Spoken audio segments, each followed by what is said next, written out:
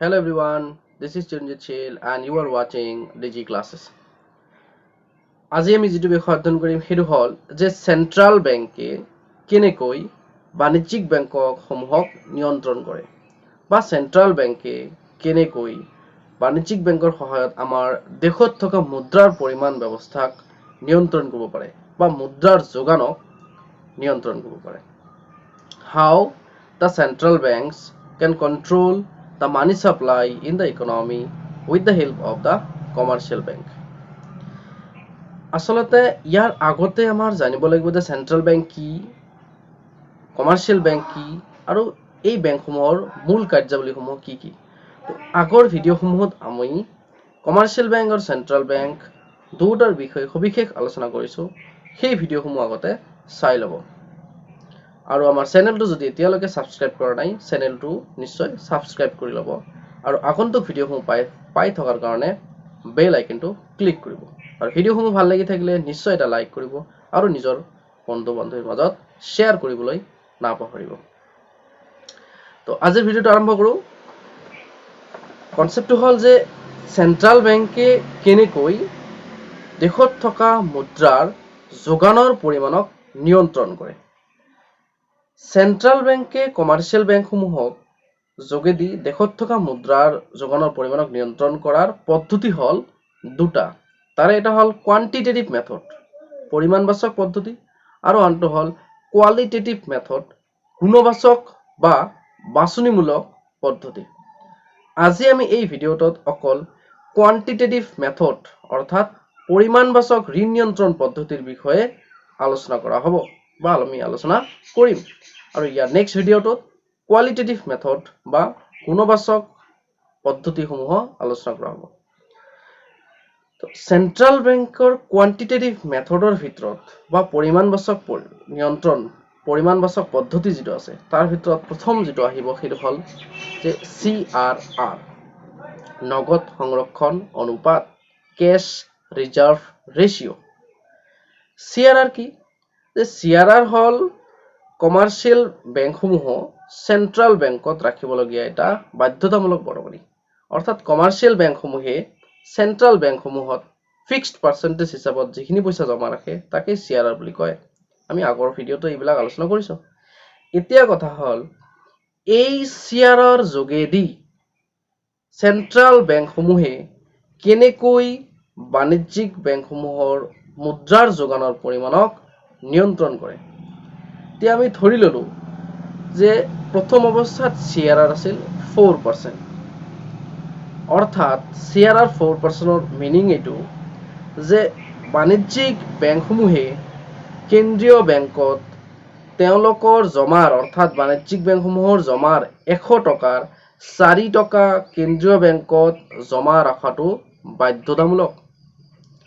এতিয়া যদি কেন্দ্ৰীয় বেংকে ভাবে সেন্ট্ৰাল বেংকে যদি ভাবে যে দেশত থকা মুদ্ৰাৰ যোগানৰ পৰিমাণক কমাই দিব লাগে তেনে ক্ষেত্ৰত বা কেন্দ্ৰীয় বেংকে যদি ভাবে সেন্ট্ৰাল বেংকে যদি ভাবে যে কমাৰ্চিয়েল বেংকৰ যেটো ঋণৰ পৰিমাণ ঋণ দিয়াৰ পৰিমাণ মানুহক যে ঋণ দিব তাৰ যেটো ক্ষমতা সেইটো অলপ পৰিমাণে কমাই দিব লাগে তেনে ক্ষেত্ৰত সেন্ট্ৰাল বেংকে CRR পৰিমাণটো অলপ বঢ়াই দিব। আমি উদাহৰণস্বৰূপে ধৰি ললো CRR কৰি দিলে 10%। সাপোজ ধৰি লৈছো এইটো যে যদি CRR 10% হয় ইয়াৰ অৰ্থটো কি কমাৰ্চিয়েল বেংকসমূহে 100 টকাৰ 10 টকা কেন্দ্ৰীয় বেংকত জমা দিব লাগিব। অৰ্থাৎ আগতে যেটো পৰিমাণ আছিল যে 100 টকাৰ অকল 4 টকা জমা দিছিল কিন্তু এতিয়া 100 টকাৰ হি 10 টকা জমা দি আছে।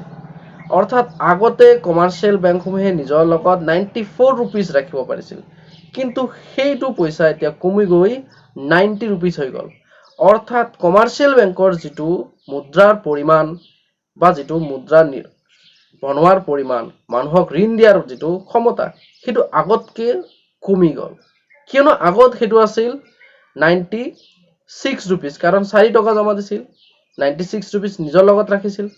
এতিয়া তাৰে 100 টকাৰ 10 টকা জমা দি আছে অৰ্থাৎ কমাৰ্চিয়েল বেংকৰ লগত 90 টকা আছে। গতিকে আগতকে পাৱাৰটো কি হ'ল কমি গ'ল। তো এইটো হ'ল CRR, যাৰ যোগেদি চেন্ট্ৰেল বেংকে কমাৰ্চিয়েল বেংকসমূহৰ যোগেদি দেশত থকা মুদ্ৰাৰ যোগান ব্যৱস্থাক নিয়ন্ত্ৰণ কৰিব পাৰে। নেক্সটটো হ'ল SLR, স্ট্যাটিউটৰি লিকুইডিটি ৰেচিঅ, বিধিসন্মত তৰলতাৰ অনুপাত। SLR সেইটো পৰিমাণক বুজায়, সেইটো পাৰ্চেন্টেজ অফ মানিক বুজায় যিখিনিয়ে কমাৰ্চিয়েল বেংকে নিজৰ লগত লিকুইড অৰ্থাৎ কেশ হিচাপে ৰাখিব লাগে। এতিয়া কেশ হিচাপে যে ৰাখিব লাগিব সেইটো নিৰ্ধাৰণ কৰি দিয়ে আকৌ চেন্ট্ৰেল বেংক অৰ্থাৎ কেন্দ্ৰীয় বেংকে। আমি উদাহৰণস্বৰূপে ধৰি ললো যে বাণিজ্যিক বেংকসমূহে নিজৰ লগত 10 টকাকে ৰাখি আছে, 100 টকাৰ 10 টকা ৰাখি আছে। তেনে ক্ষেত্ৰত চেন্ট্ৰেল বেংকে যদি ভাবে যে দেশত থকা মুদ্ৰাৰ যোগানৰ পৰিমাণটো কমাই দিব লাগে, তেনে ক্ষেত্ৰত কি কৰিব চেন্ট্ৰেল বেংকে সেই SLR ৰ পৰিমাণটো কি কৰি দিব বঢ়াই দিব। সাপোজ 10% কৈ হেতু কৰি দিব 15% বা 20%, আমি 20% ধৰি ললো। যদি 20% কৰি দিয়ে তেনে ক্ষেত্ৰত কি হ'ব, কমাৰ্চিয়েল বেংকে আগতে নিজৰ লগত কেশ বা লিকুইড হিচাপত 100 টকাৰ 10 টকা লগত ৰাখিব লাগিছিল, কিন্তু তাৰে এতিয়া 20 টকা লগত ৰাখিব লাগিব। বাকি থকা পইচাখিনিহে হি বেলেগক দিব পাৰিব বা ইনভেষ্টমেন্ট কৰিব পাৰিব। তো এনেকে চেন্ট্ৰেল বেংকে কমাৰ্চিয়েল বেংকসমূহক নিয়ন্ত্ৰণ কৰে। এইবিলাক হ'ল কোৱান্টিটেটিভ মেথড অৰ্থাৎ পৰিমাণবাচক পদ্ধতি। তো প্ৰথমটো গ'ল CRR, সেকেন্ডটো গ'ল SLR, 3 নম্বৰত হ'ল যে বেংক ৰেট বা বেংকৰ হাৰ। What is bank rate বা বেংকৰ হাৰ কি?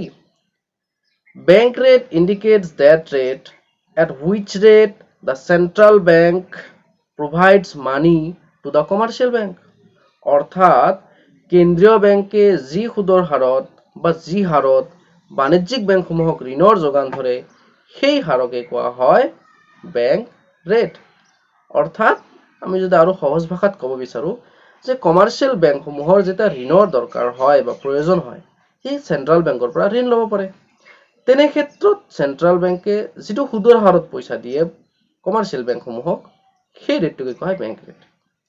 এতিয়া যদি চেন্ট্ৰেল বেংকে ভাবে যে দেশত থকা মুদ্ৰাৰ পৰিমাণক মোৰ কমাই দিব লাগে, তেনে ক্ষেত্ৰত বেংক ৰেটটো বঢ়াই দিব, কিয়নো তেতিয়া সুদৰ হাৰ বেছি দিব লাগিব কমাৰ্চিয়েল বেংকে, তেনে ক্ষেত্ৰত পইচাটো কমকে ল'ব।